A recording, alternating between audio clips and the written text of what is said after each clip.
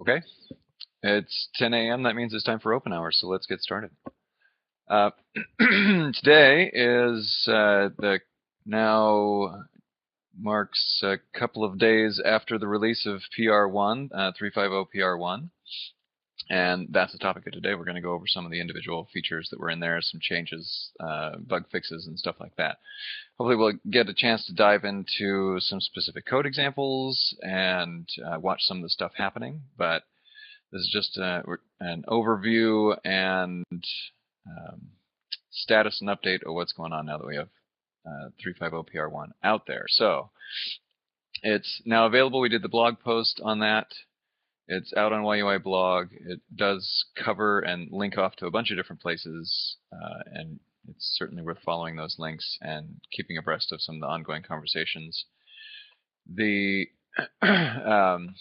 response to the last open hours that we had about transparency and some ideas about how to share what was going on and be more engaged with community conversations, we did add the page to the GitHub wiki, which is out on the YUI3 project, but there's a page in the wiki called Ongoing Development Discussions, and that is going to link off to the individual design proposals, which are usually gists. In the case of the lighter version of attribute here, this is actually being tracked in the YUI library ticket system, and so it's just in the comments in the ticket system. All the same, though, this is a good place to keep abreast of what's going on, what's actively being discussed right now, and follow in those conversations or participate in those conversations, because we're loving the feedback. We're getting an awful lot of feedback, and I, for one, I feel that the 350 release, or the 350 release so far is easily the most transparent and community engaged version of the library yet, and I'm absolutely loving the participation that we're getting in conversations, feedback, and stuff from the community, and good code contributions and stuff like that. So, so here we have the design proposals, and then there's individual code reviews.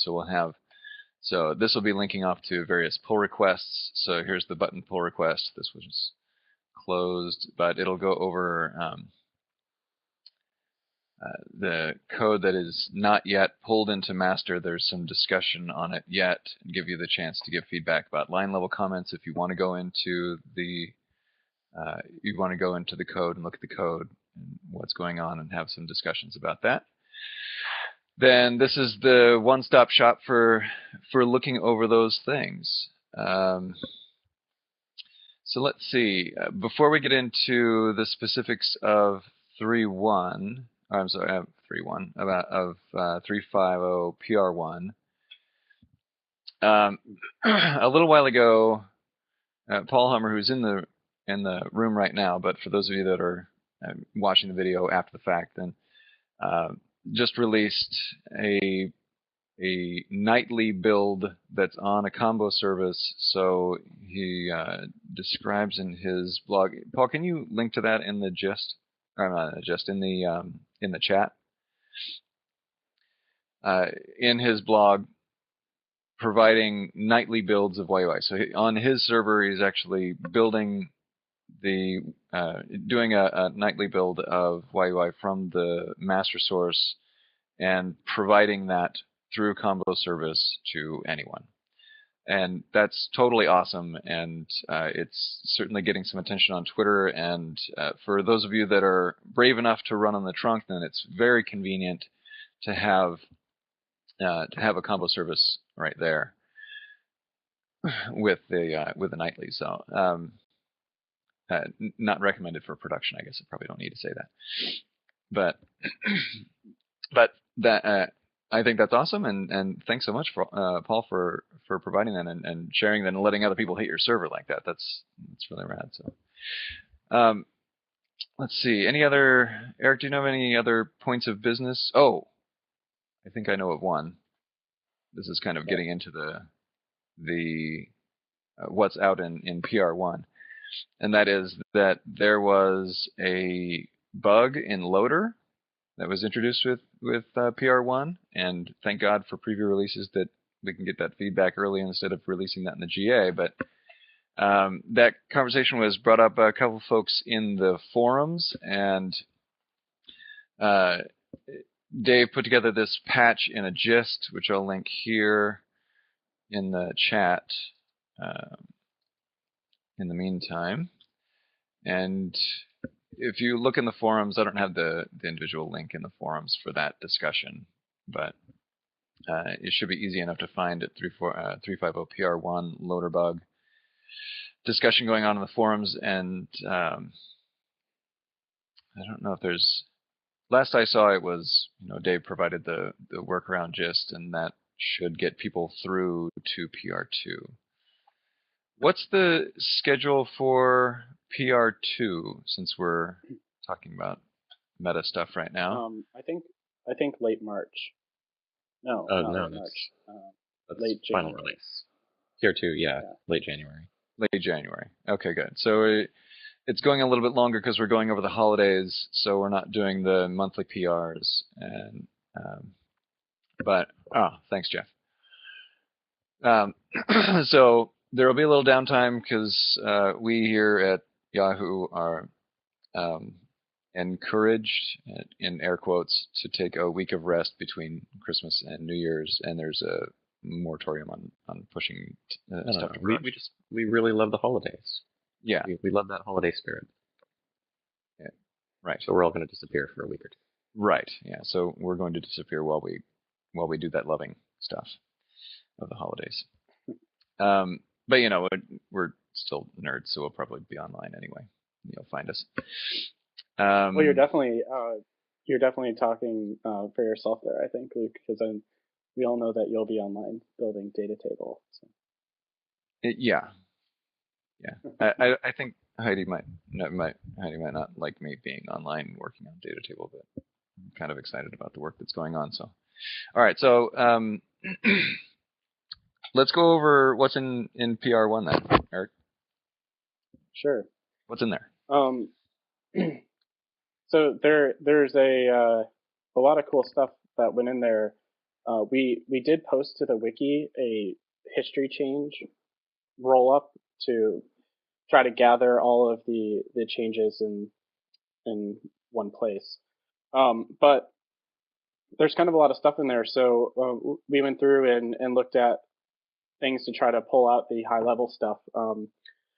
Some of the changes that we made for performance were around making loader and therefore making the get utility, which loads scripts and injects scripts onto the page, async.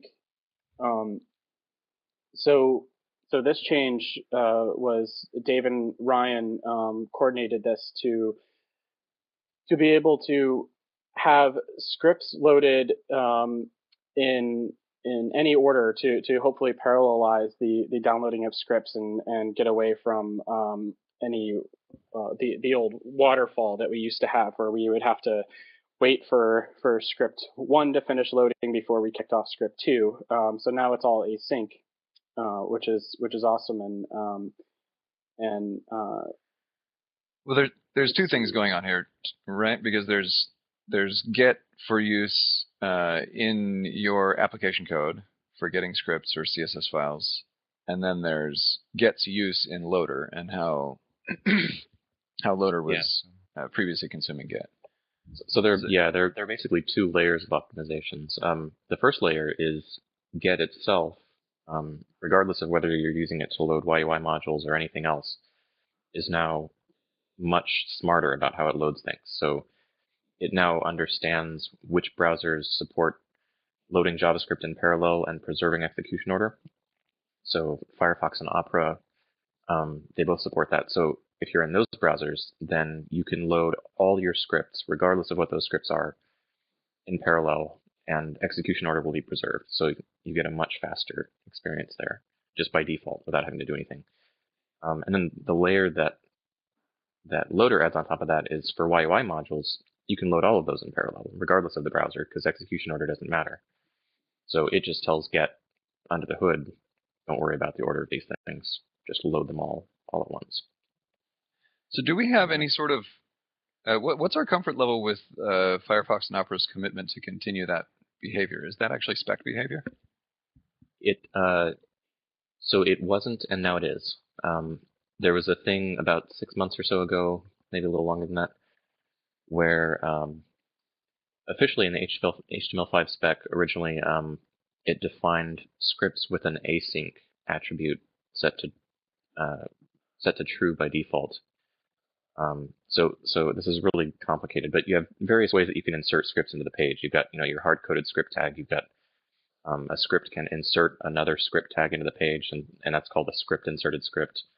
And there are a couple of other ways, but what get does is called a script inserted script. And for that use case, HTML5 defined that any script that's inserted in that way is by default loaded asynchronously, which means execution order is not guaranteed. And Firefox, before Firefox 4, had not been doing this. It was always guaranteeing execution order. And then with Firefox 4, they changed it to be compliant with HTML5, which meant suddenly it was loading completely asynchronously and ignoring execution order.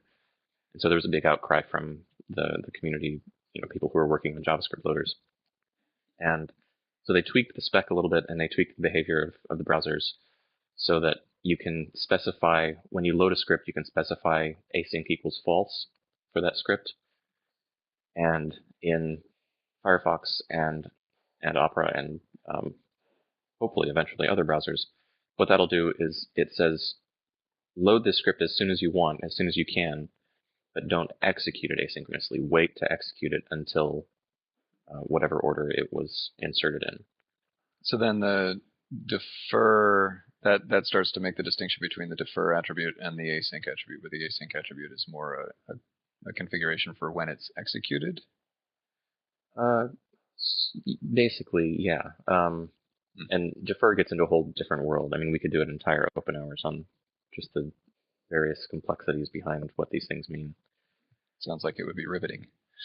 It would. So then, if people are using the get utility directly, they may have to understand some of this, and I imagine a lot of this is masked inside of the implementation. But then if people are writing YUI modules, Loader will try to do the most optimal thing. And since we are already adding a level of indirection around execution, with the sense that we're like wrapping our modules and then putting them into a sandbox, the modules you don't really have to worry inside of your YUI use statement about this, or as a module developer, because we already have this separation of adding modules to an instance and YUI instance and then using them. So it'll just try to get the scripts on there as best as possible, right? Right. So I guess where this was hitting us before from the loader side of things was if you weren't using a combo loader, then it was just brutal because it was doing a serial request of all of the individual modules, right? Yeah. Or so now, even if you're not using a combo loader, you should see a much more parallelized request flow. So you should see up to 8 requests or whatever your browser supports for the maximum number of parallel requests, all fire at once. And then those are all going to come in, and then you get another 8 or so requests rather than just one. Yeah, not that we'd ever recommend not using a combo loader for production, though, but for development time at least, right? Yeah, and one other benefit in Get is now that it always loads CSS in parallel by default, because there's no reason not to, because CSS, the load order doesn't matter, it's the insertion order that matters. Right. So that way you always get your CSS quicker. And then one other thing that that was added into Loader, speaking of CSS, is that we now have a way to detect CSS modules being loaded on the page. So before, when people would sometimes front load the CSS so that it would style their components before the JavaScript, before their YUI JavaScript kicks off. Or if you do multiple use statements, say if you were loading the same widget multiple times before, you would get the CSS added to the page twice or multiple times, and now there's detection in there to try and prevent this from happening, which is Dave and Matt came up with a pretty clever little way to determine whether or not the CSS was already loaded, because that can be kind of a pain. Because if you can't really do style sheet investigation through JavaScript for CSS files that are coming from another page, or I'm sorry, coming from another domain, because it's cross-domain security concern. So, but yeah, so that they have a nice little that one especially made me happy that we now no longer have to worry about duplicate CSS files on the page. Well, the Pat, you know about this, right? That or you know what version the resolve method came in, right? Loader got a new resolve method for turning a list of module names into a combo string, or yeah, was that was in 3.4 or was it in 3.5 or 3.5? Was that in PR1?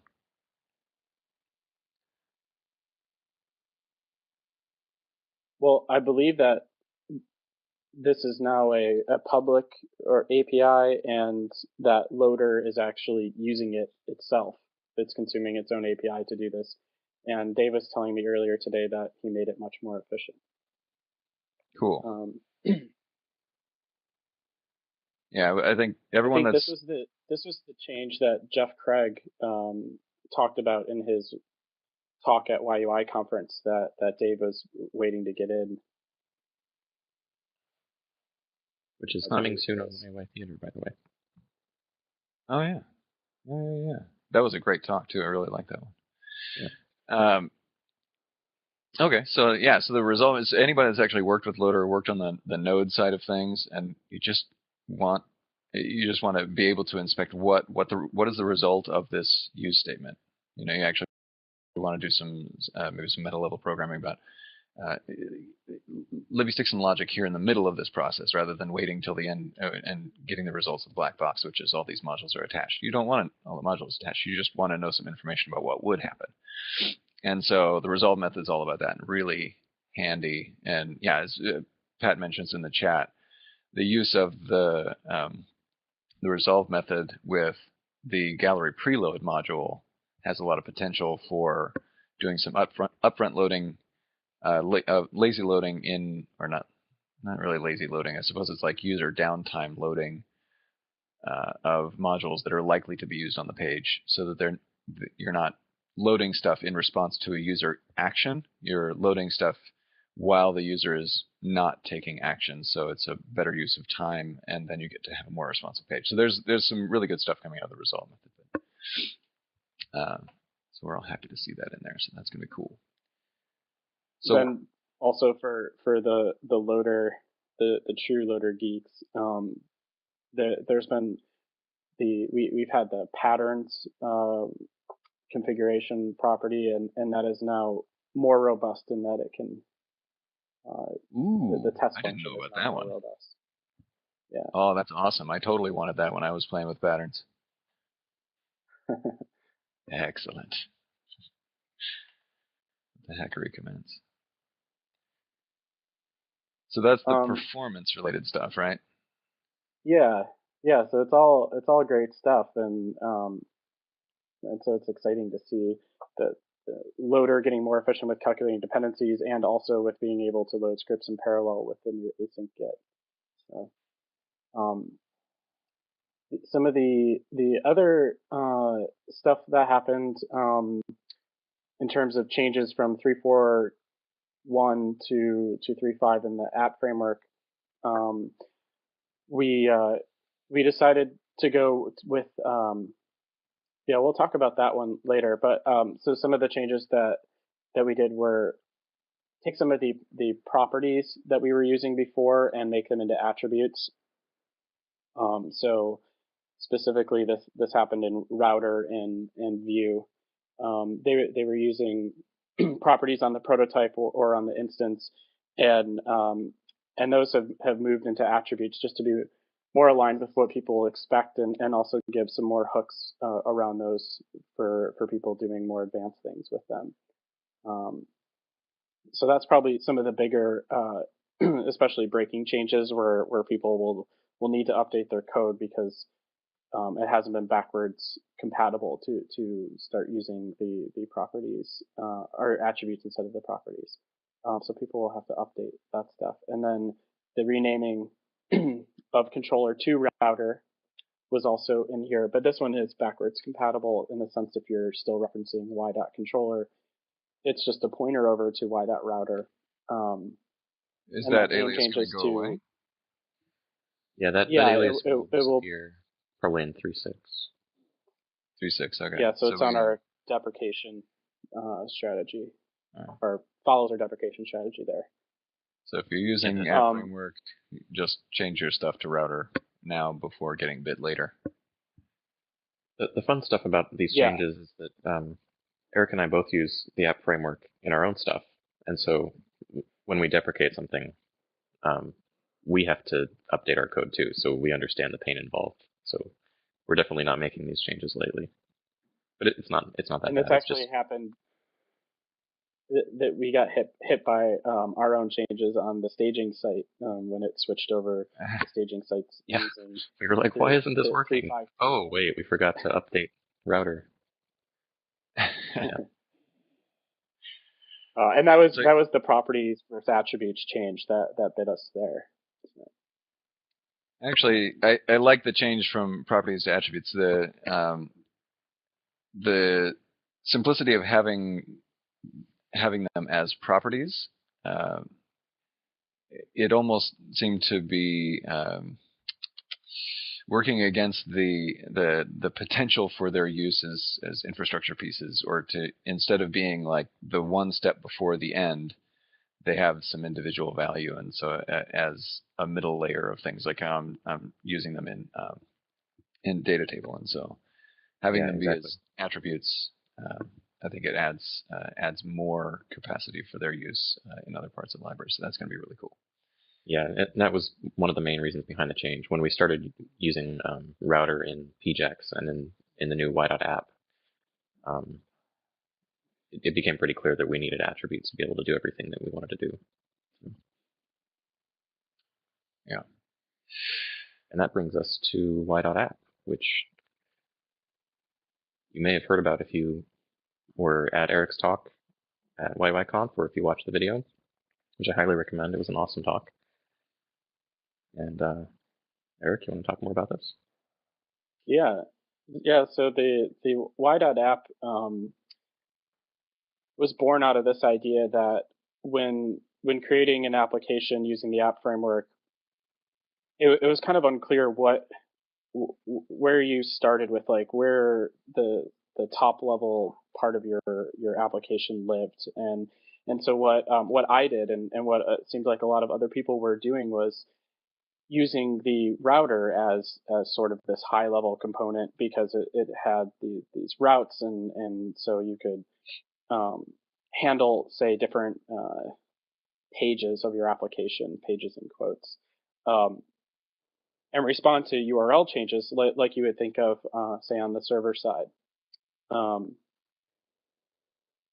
And so what this led to is that well, there was some other things that that you wanted to do, and I found myself doing this, which was that inside of my my views, or say the views for a page, and if you had links inside of there to link to other pages. So if you had, say, a users page which listed all of your users, and then each user had a link to go to the specific page for that user.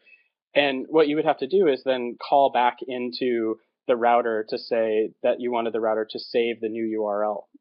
And so this was like a weird thing that you'd have to do. You couldn't just use the links normally. You had to somehow handle the link clicks and then tell the router that, no, it should save a history entry, instead of having the link click be handled by the browser, which would result in a full page reload.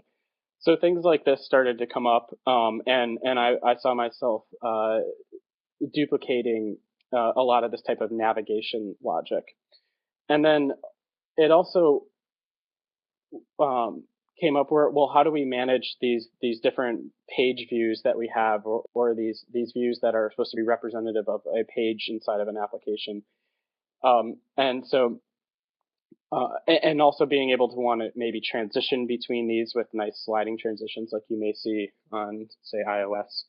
And all this stuff led to creating Y.App, and it makes it more straightforward where you should start, or where you should build this from the top down for your application. Well, you can start with Y.App. And so what this, go ahead, Luke. Eric, did you want to share your screen and show some of it, or you want to just talk over it and then do some more of live example a little later? When we yeah, I think at this point, I should show the GitHub example we have on the staging site. So sure. I will. Yeah, let me stop sharing. I'll let you take the screen.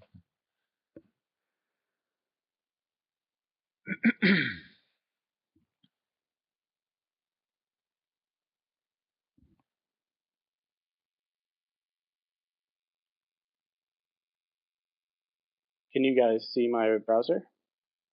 Yeah, you're gonna need to make that a lot bigger. Yep. Small. All right. Well, let me just get to the example here. Yeah. So what he's showing is on the staging site, which is stage.yuilibrary.com, which is where we're hosting the documentation for 350 PR1, and obviously we do that for PR2 and PR3 as well. So we have the yuilibrary.com without the staging part is for the hosting of the current GA version, but we are keeping this one updated with the preview release documentation. So you can see that big staging right up there next to the YUI logo to help you determine which one you're on. But this is linked from the PR1 blog post, and you're absolutely welcome to go in there and check stuff out and let us know that we have something wrong with the documentation as well, if we've typoed something, or give us the same sort of feedback you would on the documentation that you're doing on the code as well when you're exercising the code. So are you guys able to see this clear enough now? Is it big enough? Looks good, yeah. Okay. So yeah, let's see. I think I can just show this app running really quick, and then we'll go look at the details of the actual code that's implementing or using Y.App. So this is an application that I whipped up. It's actually really fun to write. That uses the GitHub API using JSONP, and the idea is that let's show the contributors to projects on GitHub. So you can type in any GitHub user here, it defaults to YUI. And then clicking that, we can see their repositories or projects that our YUI account has. Now, at the top, this may be harder to see. The URL here, it's using hash-based routing because this example also will go into our zip distribution, and we don't have a server-side component to this. So so we're using all hash-based URL routing so that there doesn't have to be some type of server that can handle any type of paths or do routing itself. So the URL has the fragment is /github/YUI. You can paste that in the chat. Yeah, I definitely can. And does screen zoom work? Or yeah, not? it was just. Is this bigger? Yeah. Yep, that's bigger. There you go. So yeah, you can see after the fragment there. So everything after here will be routed by the application. And so then if we, what's that? When you zoomed in, it was clipping off at the end of. It was it just showed GitHub/YUI. It didn't show the hash marker. I think at least in my screen. Oh, okay. Is it fixed now? Can you see the whole screen? It's back to the normal size, so it's tiny. But anyway, carry on. It's all good. So if I click on YUI3 here, I have this weird WebKit issue, so we'll just ignore that. but you can now see a list of all the contributors, and how many it has their GitHub username, and then how many contributions, which I believe is just check-ins. It's weird that Ryan's image isn't showing up. So if you're shy about publicly broadcasting your participation in the project, then you will hate this example.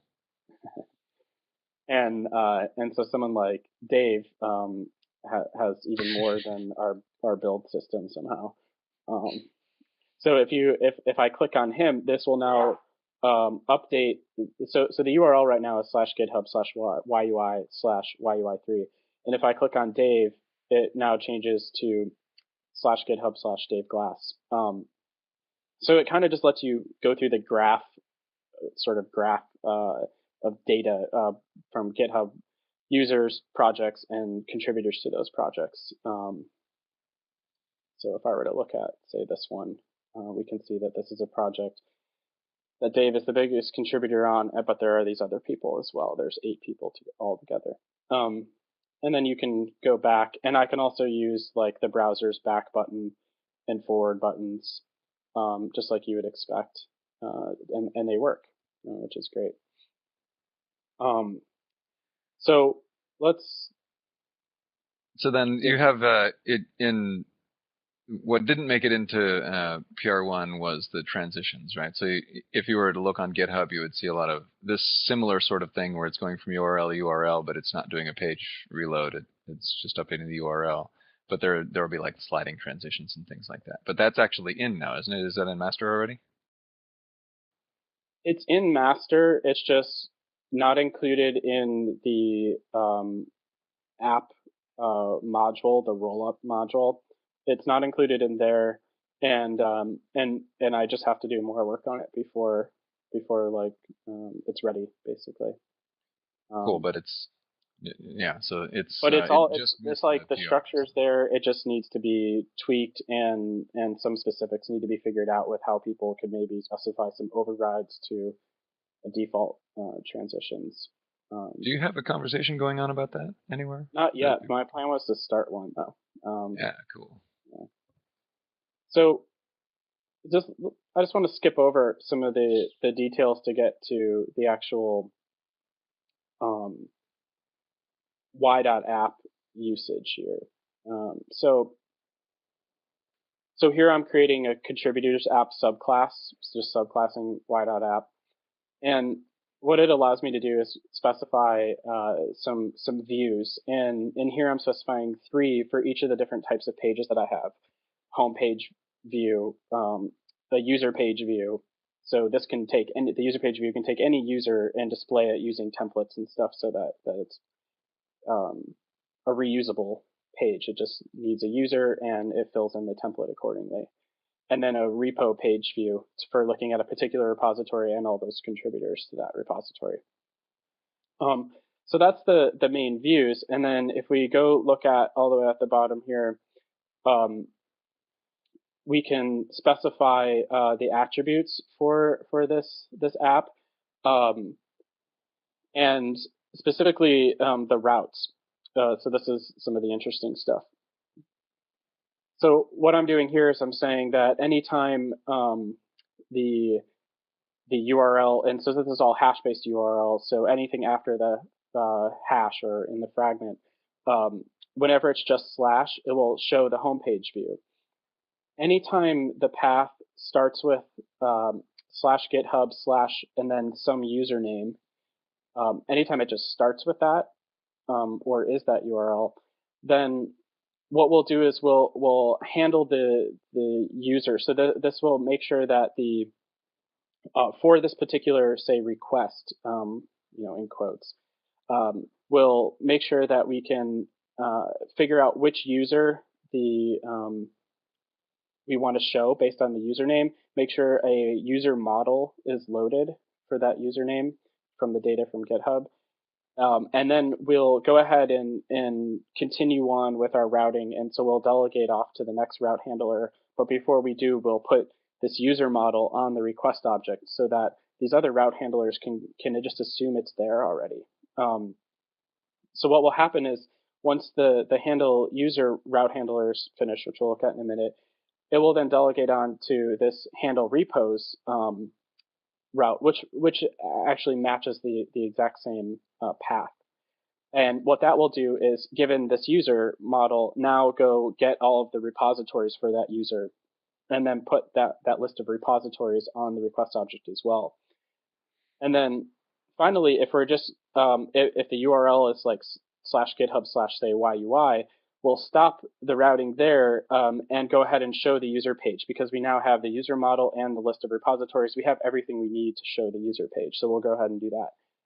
But if the URL, let's say /github/YUI/YUI3, and we're looking at a particular repository,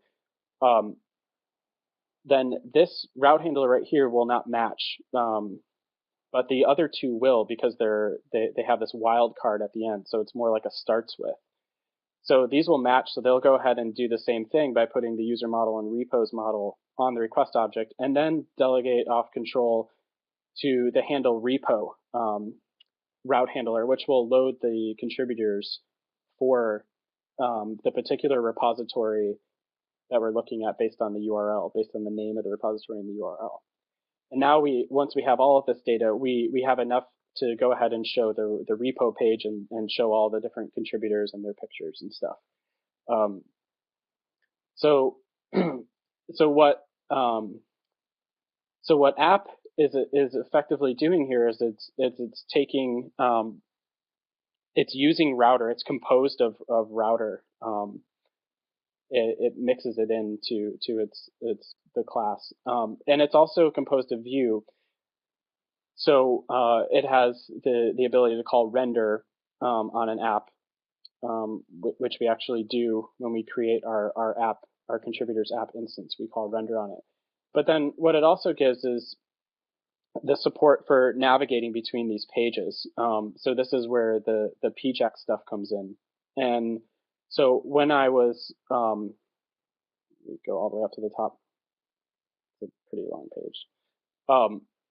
When I'm clicking on, say, one of these images here, like if I click on Ryan's, what will happen is we will, the link for this is a link that will be /github/rgrove/, and then that matches one of our route handlers. So what will happen is, instead of having that link click go to the server, now in the case of a hash URL that wouldn't happen, but if it was a full path URL, instead of having that go to the server, the PJAX code will enhance the navigation to that URL by noticing that the application can handle that route, because we have a route handler for it, and will instead not prevent the default action for a link click and allow the app itself to handle that. So when I click this, the app itself is handling this, and that's more or less like what we're doing with Y.App. So it's you could essentially think of it as a view and navigation manager, and a place to hook your application code together. That's an awesome example. And the code for that ended up being how big? Well, so this example is actually using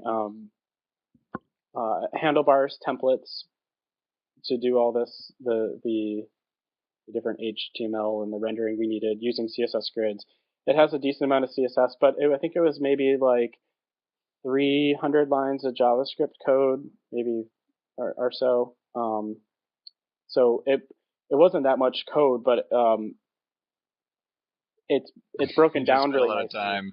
Spent a lot of time making it sexy looking, and it's really easy too. I think that's the cool thing. It's not just a goofy example. Like, this is actually pretty cool. Yeah. This is a really great example. And I encourage everyone to go through it, and if things aren't clear, let me know so I can get it even more awesome for the general release. But and your plan for 3.5 is to have sorry, what? I was just going to say, if you want your face to show up in our example, send us a pull request. There you go. And Eric, your plan is to actually have some other tutorials and other things like that that are oriented towards building applications with YUI2. And so that, not YUI2 as in YUI2, but YUI also.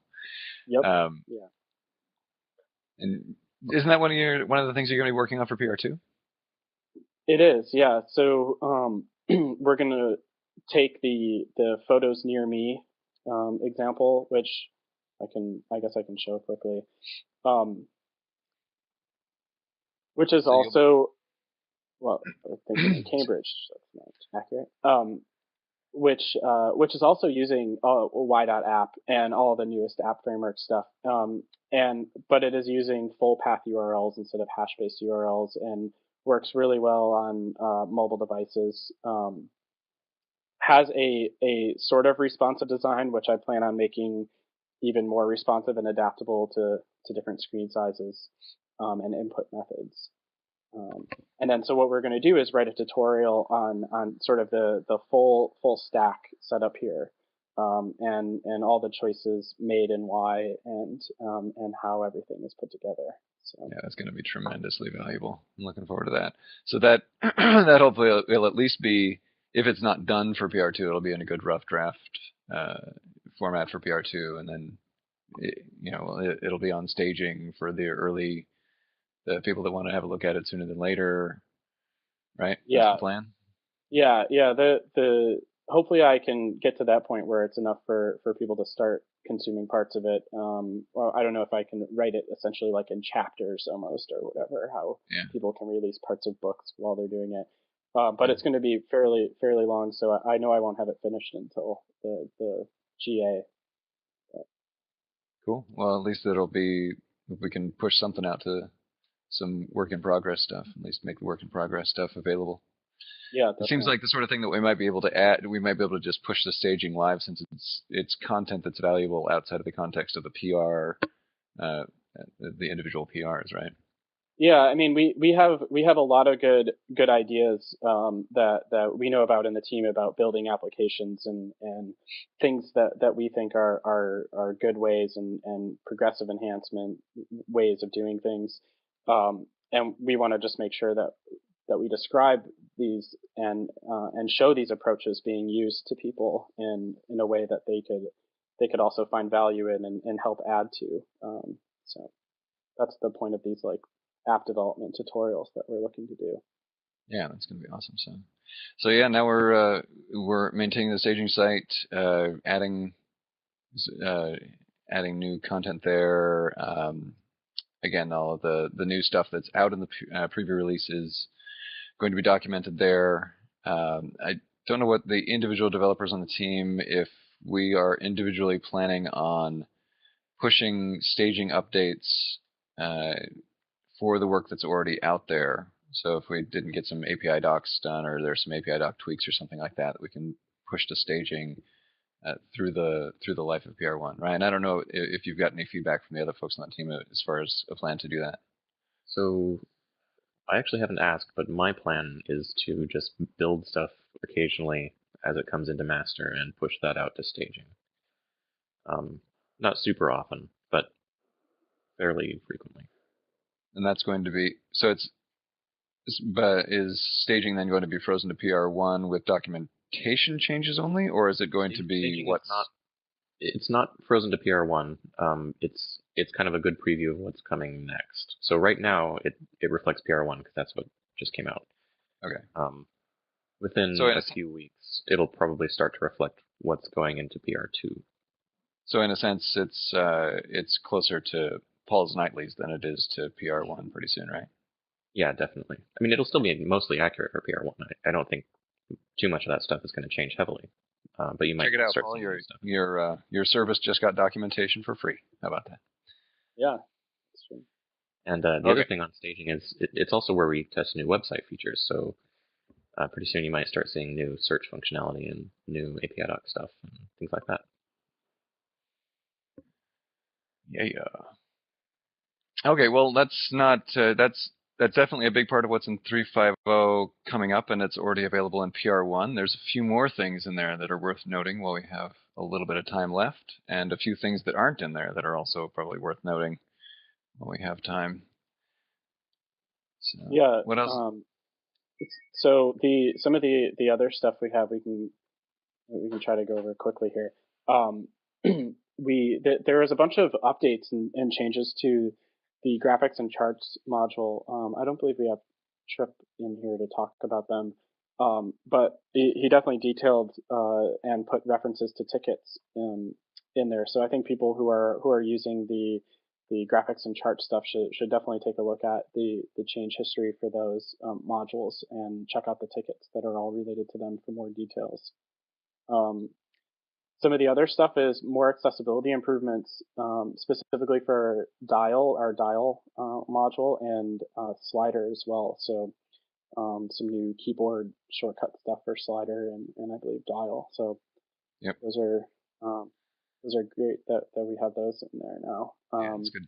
Finally, I think there's more on the way too for calendar in PR2. Yep, that's right. Yeah, that's true. There's a little bug right now in the slider accessibility that you can't, because of how drag and drop works. It consumes the click. So if you click on the thumb, it doesn't actually focus it. So you actually have to have a tab into the slider in order to move it with your keys. But that's that bug is filed and it's targeted for the next release, I think. So. But yeah, accessibility improvements. One of the main themes of 3.5 is more stuff running on Node and making Node.js a first-class environment in which YUI can run and be tested. And so Dave actually did a bunch of work to get YUI to run natively on Node now. It has no shim. It used to have a special shim, and that's been removed, and it just runs natively. So you can, and it's up on npm as well. So the Node package manager. So you can say npm install YUI, and just straight YUI, no version number. And that is the 3.50 PR1 shimless native YUI running on Node, which is great. So I know Dave will keep building on that, and also we'll get even more of our components passing all of our test suites in a Node environment.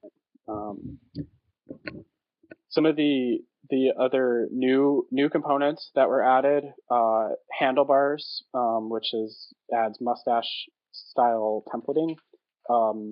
You can see some of that in the example, the app example, the GitHub contributors app example is using handlebars templates pretty extensively. So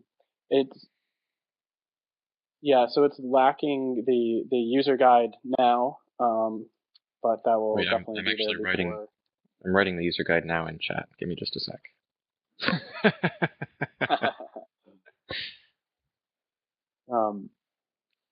So there we go. There you go. But also with that's about as much documentation as is on the Handlebars website. So, so hopefully we'll do better than that. And then there's also a new test console, which is our console widget, but styled differently and set up for running unit tests and tailored specifically for that task, and leaving room at the bottom of the page. So if you have your browser console open or something. What's a component using test console? Actually, if you just look at the test console user guide on staging, or look at that link that Pat just pasted into chat. Sweet. There you go. So it helps get rid of noise and just show the actual errors and style better. And if you're the kind of person if you want to see all the passing tests as well, you can click that pass button and get lots of lovely green status and everything like that. But the default is that it just shows you stuff that's wrong. Otherwise, it says you are good to go, which is nice. The reduction in noise was the big thing there. Yeah. And then let's see there, the PJAX component, which I touched on briefly, it was added, and that's to do the more enhanced navigation stuff without requiring full page reloads. That's actually 3 separate modules, a PJAX base, which app uses. It's kind of the base level thing. It's an extension to router, actually. And then there's an instantiable. Those are coming. Yeah, there is actually API docs for PJAX base, but I guess they're not showing up. I probably forgot a tag for YUI doc. But there's actually going to be there's actually a Node plugin as well, which is nice. There you go. So that's in there. I tried to make it super robust for the base one, and we have some cool stuff for automatically loading content over XHR using I/O for the instantiable PJAX class, which builds on base here to add the automatic fetching your data or your content over I/O. Yeah, there's an awful so that's cool because that awful lot going on. Especially for like framework stuff and PJAX stuff. So yeah, but yeah, so that's, and then some of the stuff that was almost ready that we have actually in master button, our new button module, which we should probably do like a whole open hours on at some point in the future. Hey Derek, are you down for an open hours next week about button?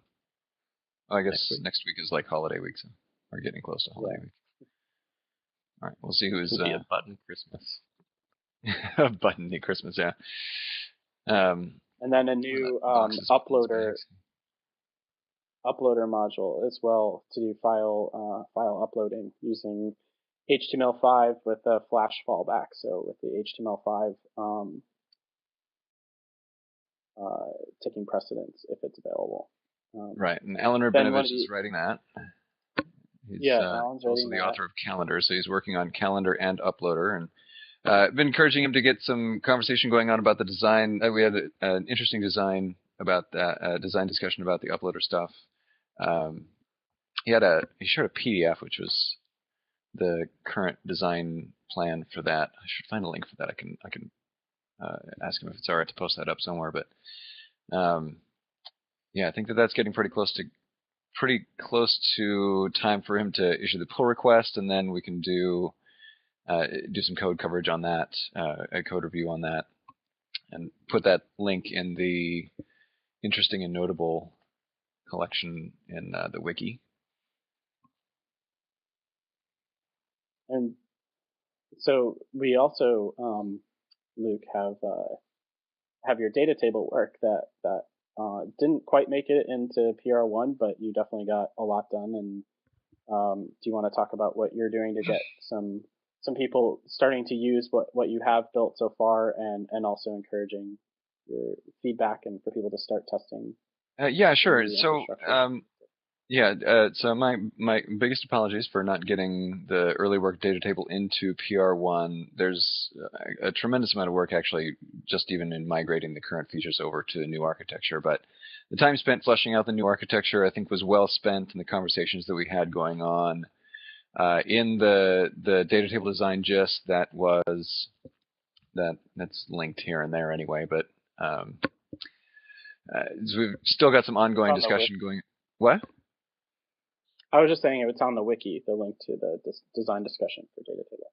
Yeah. Let's see. The design. Yeah, it would be. So this has got an awful lot of traffic. Got plenty of comments going on right now. 35 comments and growing, so that's good. And then there's also the pull request for it for doing the code review, and this is tracking my DTX PR branch, which has the individual commits that are going on there. And what I've done is, where is it? Yeah, so to track individual tasks for the DataTable migration, I actually made my fork of the YUI3 repo. I opened up issues and then I just added a list of individual to-do items for what I plan to roll into 3.5.0. Right now, the code is still existing in my in my development branch, it'll be the plan is to merge it into master for PR2, and it would be kind of a bad story if I wasn't able to do that. But I am actually anticipating getting that onto master much sooner. Right now, I'm working on the API docs for what's there, and then there's development ongoing. But at this point, the core rendering is in place, and the core rendering model is in place for local data. The architecture is different in that it's using model and model list and views under the hood.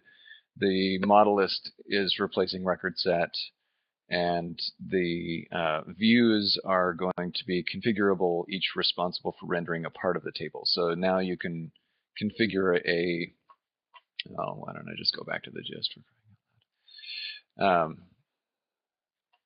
So now you can configure a header view or body view and a footer view. So for all the folks that have been wanting a footer on DataTable, then this is your opportunity to do that. The wiring is already in place. I'm not planning on having a default footer view in the core offering, but that slot is open, and it is perfectly possible for you to use that. And I think there's a couple folks in the community that are already starting to build stuff in there. But in the meantime, what I did was, since I missed the PR, I wanted to get that code available for people to use what is out there now off of my dev branch. So what I did is I mirrored those commits and mirrored that code into this gallery module here. So gallery DataTable 350 preview. This is going to be a short-lived gallery module. It's just going to exist for the life of 350. But this gallery module is going to track the ongoing development of DT in my branch, and at each preview release, this is going to be basically the same thing. So as new development comes in, it'll be in master hopefully soon, but it's going to be on my dev branch until it gets merged into master for PR2.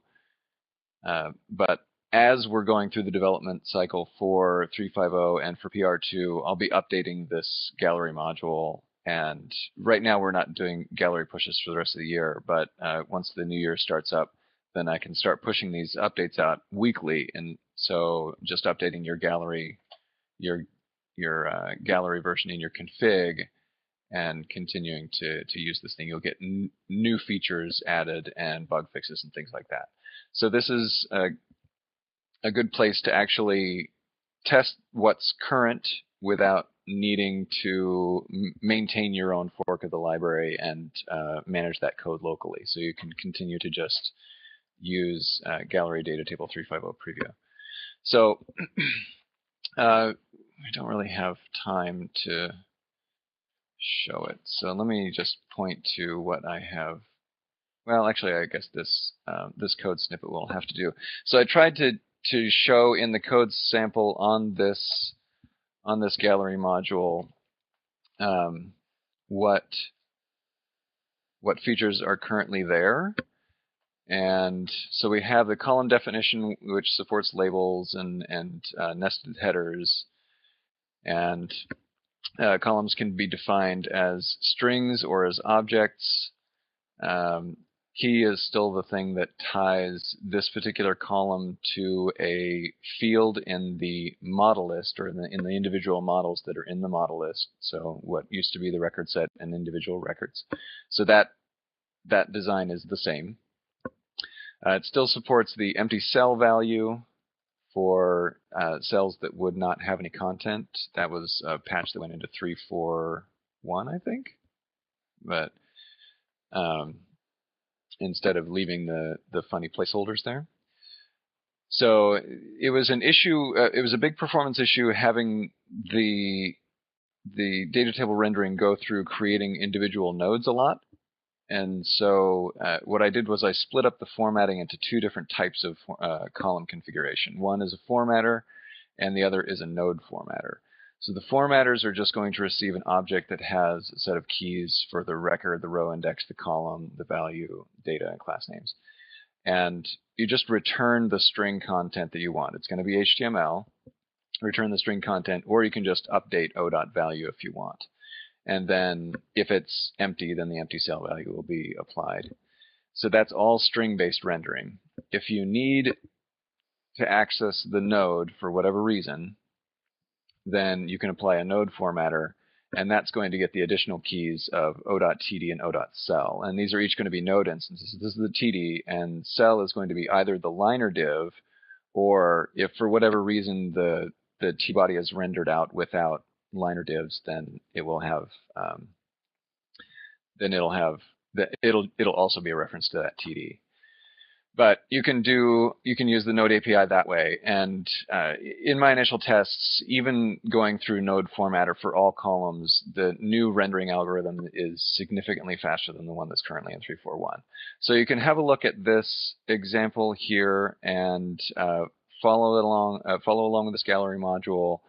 There are the other resources that are out, linked from the pull request and from the other interesting conversations and the gist, and of course, talk to us in the YUI channel. But now we're running up against time, so we've got to call it a day. But excited about what's going on in DataTable. There's still a lot of work to do, but it is going to be in 3.5.0, and it is going to be awesome.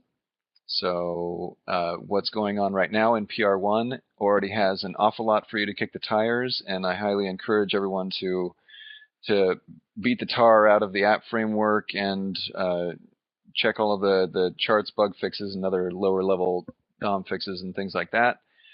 And check out the history manifest. See if your stuff, see if this stuff is of interest to your application, and otherwise, keep the conversation going in the YUI channel and in the forums, and keep being the awesome community that you guys are. So with that, I think we need to close out the day, and thanks everyone for connecting in, and we will talk to you, if not next week, then it'll probably wait until after the holidays, and we'll keep you updated on what's going on on the YUI blog. All right? So take care, everyone. And have a safe holiday if we don't see you sooner.